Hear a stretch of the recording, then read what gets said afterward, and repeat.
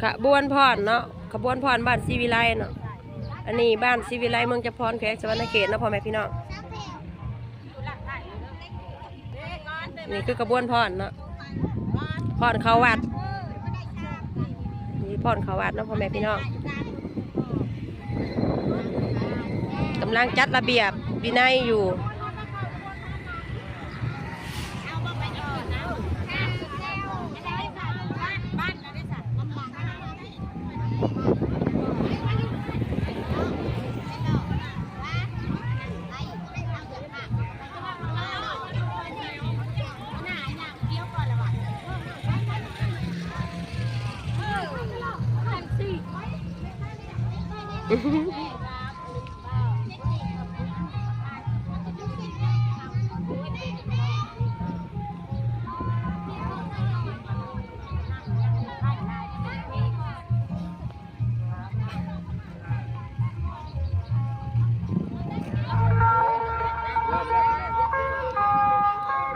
เริ่มแล้วพี่น้องเริ่มแล้ว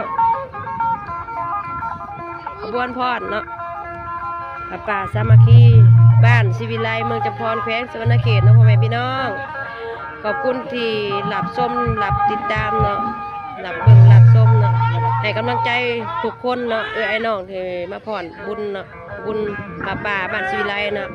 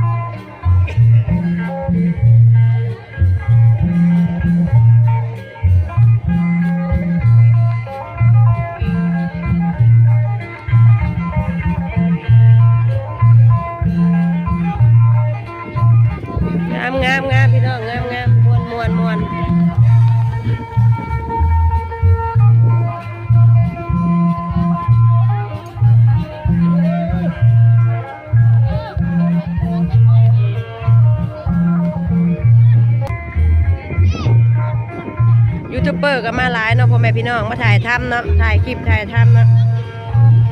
เป็นงานผับป่าสามัคคีเนาะมาจากไทยเนาะพ่อแม่พี่น้องบ้านศิวิไลเมืองจำพรแขวงสวรรณเขตเนาะมันก็พอดงามหลายเนาะพ่อแม่พี่น้องงามเป็นความสามัคคีกันเนาะเป็นประเพณีของประเทศลาวเขาเนาะ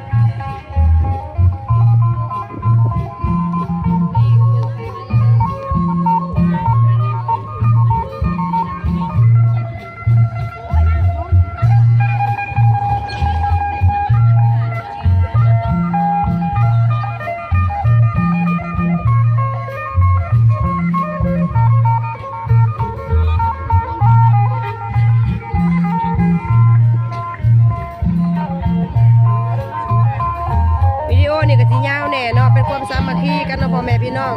เป็นงานประเพณีของลาวเฮาเนาะงานผ้าป่าสามัคคีเนาะจากกทมเนาะพ่อแม่พี่น้องขอให้เพิ่นสุขภาพร่างกายแข็งแรงเนาะขอให้เพิ่นได้บุญหลายๆเนาะพ่อแม่พี่น้องเนาะ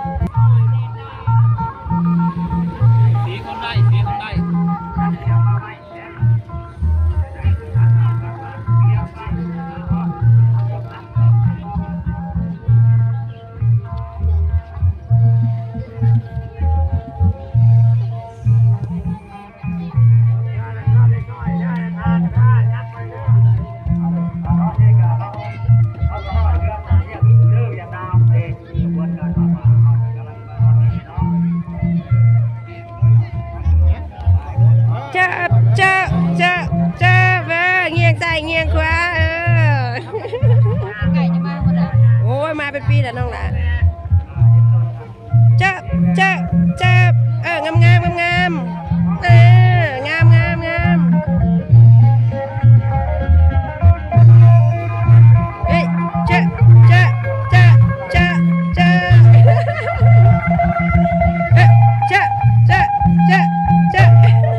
แดนแห้งเลยไว้ไม่ใช่เหนื่อยเลยนะนาชิเหนื่อยเลยไหม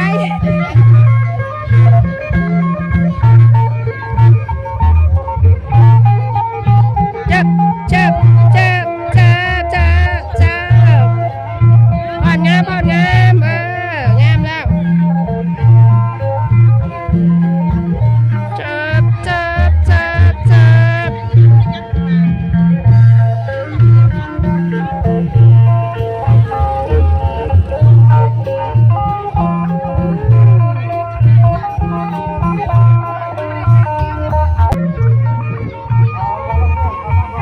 กระบวนพรกะก็จะฮอดวัดแล้วเนาะพ่อแม่พี่น้องเนาะสิได้เข้าวัด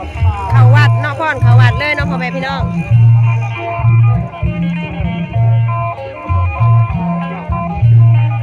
รถลำเรื่องกับมาเนาะพ่อแม่พี่น้องวงดนตรีลำเรื่องกับมาเนาะน้ำแก้วดวงใจเนาะพ่อแม่พี่น้อง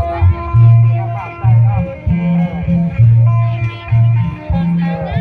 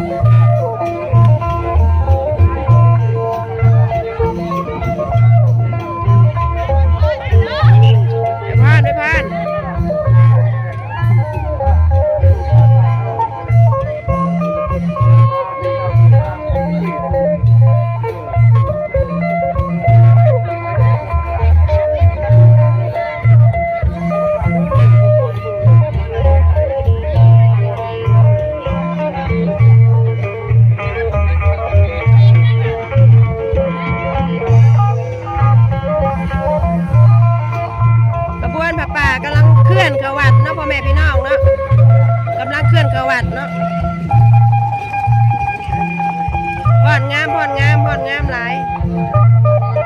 แดดก็บ่ทนแดดก็สู้นะพ่อแม่พี่น้อง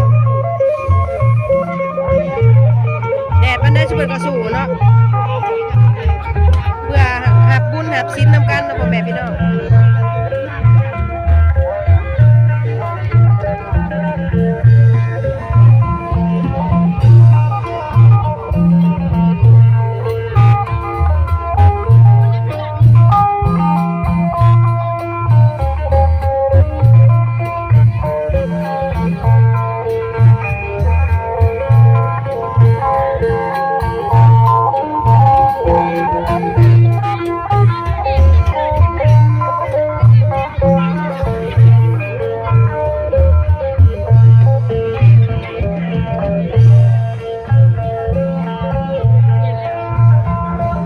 พ่อนแห่ผาป่ากำลังจะเข้าวัดนะพ่อแม่พี่น้องกำลังขับเคลื่อนเข้าวัดอันนี้ก็วัดบ้านศรีวิไลเมืองจำปอนแขวงสวรรณเขตนะพ่อแม่พี่น้องมันเป็นบุญผาป่าเนาะผาป่ามาจากไทยเนาะ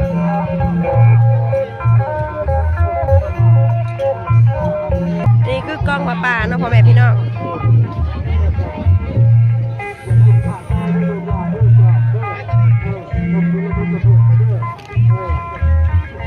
เคลื่อนเขาวัดน้องพ่อแม่พี่น้องเคลื่อนเขาวัดกำลังเขาวัด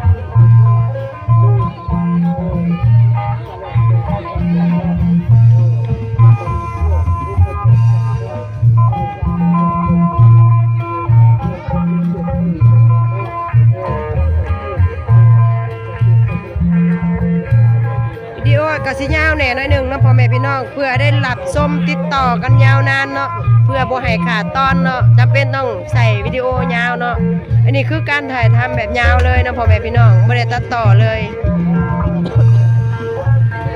เพื่อให้พ่อแม่พี่น้องได้รับชมการม่วนการสื่นและการฟ้อนรำที่สวยงามเนาะของประชาชนลาวเฮาเนาะของประชาชนบ้านศรีวิไลเนาะเพิ่นฟ้อนงามนะพ่อแม่พี่น้องเพิ่นฟ้อนงามเพิ่นฟ้อนงาม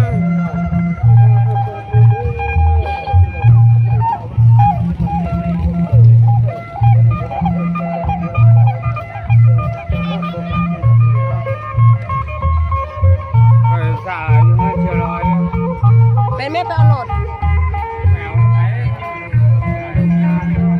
ไปถ่ายไว้เสร็จแล้วก็ครัวเราอยู่กันน่ะ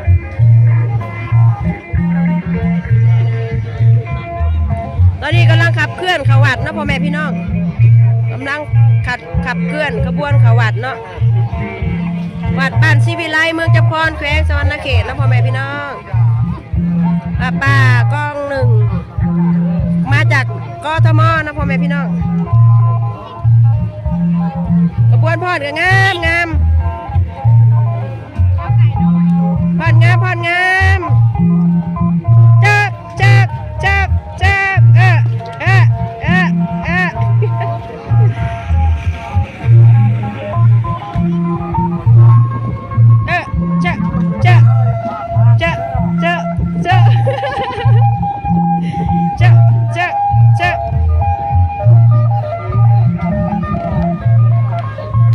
กระโบยิ้มนะเพราะว่ามันแดดแห้งหลาย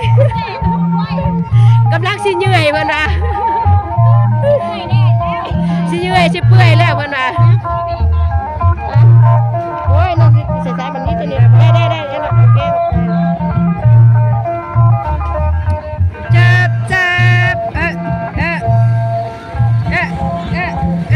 ตอนนี้กำลังขับเคลื่อนเขาวัดเนาะพ่อแม่พี่น้องเขาวัดบ้านศรีวิไลเมืองจำปอนแขวงสวรรณเขต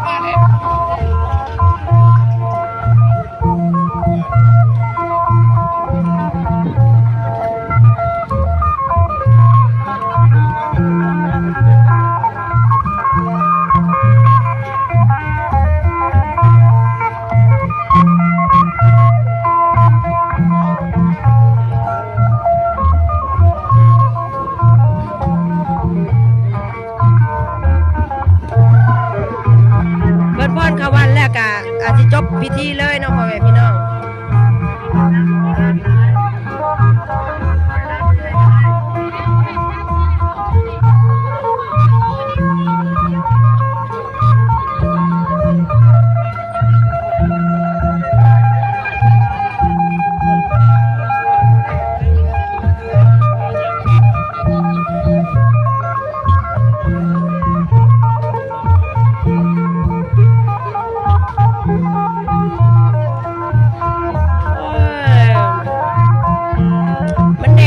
พี่น้องแดดแท้ๆ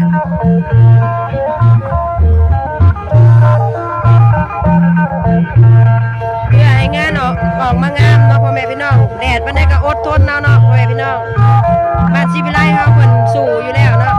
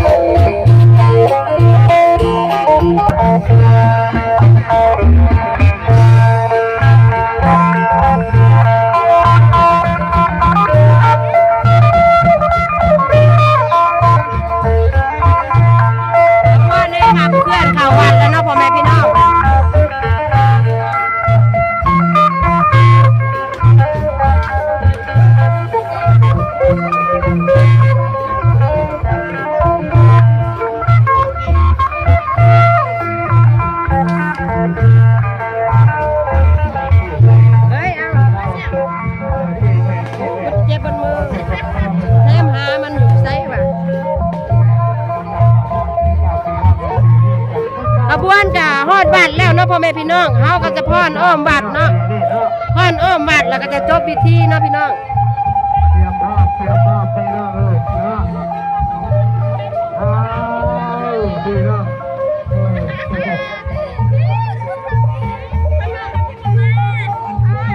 นี่เห็นไหมดาวเต้นเขาจะปั่นบ้านเห็นไหม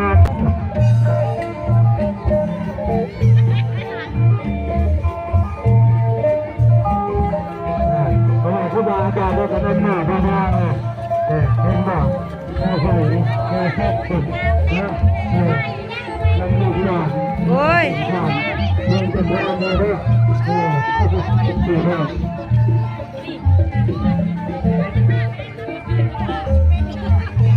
ครับนี่ลูกนี่ทานหน่อยนะน่าเห็นป่ะพี่น้องขักลายปีนี้มันได้แบบนี้เป็นเอาไปหน้าเนาะ ให้มันมีการฝึกฝนมาถึงมันกำลังเชิญไปแล้วเห็นอย่างก็ได้แต่แป้งเงี้ยหน้ากันแล้วก็มีความสามัคคีพี่น้องเนาะยาวเข้าไปยาวเข้าไปบรรดาที่ทั้งหลายบรรยากาศก็ชุ่มเย็นดีพี่น้องเพ่งกันว่าพี่น้อง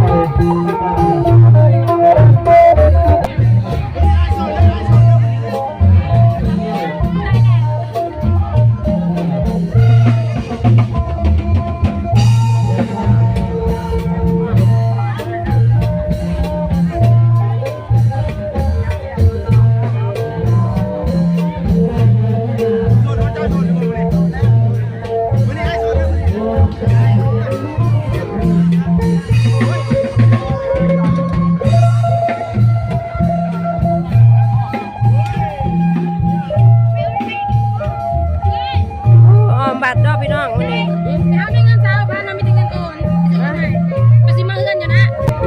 ฮ้อนอ้อมบัตรเนาะพ่อแม่พี่น้องก็สิจบพิธีได้กันเพิ่นอ้อมสุดแล้วก็สิจบพิธีเลยเนาะพ่อแม่พี่น้องเนาะพบกันใหม่ในคลิปหน้าเด้อขอบใจขอบคุณที่รับชมติดตามเนาะพ่อแม่พี่น้องเป็นกำลังใจให้กุ๊กไก่หรือว่าปุ๊กกี้เนาะสู่ต่อเนาะพ่อแม่พี่น้องอันนี้ก็เป็นอ้อมบัตรแล้วก็สิขอลาไปแล้วเนาะพ่อแม่พี่น้องกับคำลำจังหวายงาม